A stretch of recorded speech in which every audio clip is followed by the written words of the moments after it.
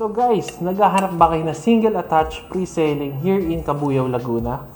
Ganitong style, cozy, Japanese style. So sobrang presko pag inayusan guys. So panoorin nyo ng video na ito, makikita nyo kung gaano kaganda yung model namin here in Iglesia, Cabuyao is. Tara!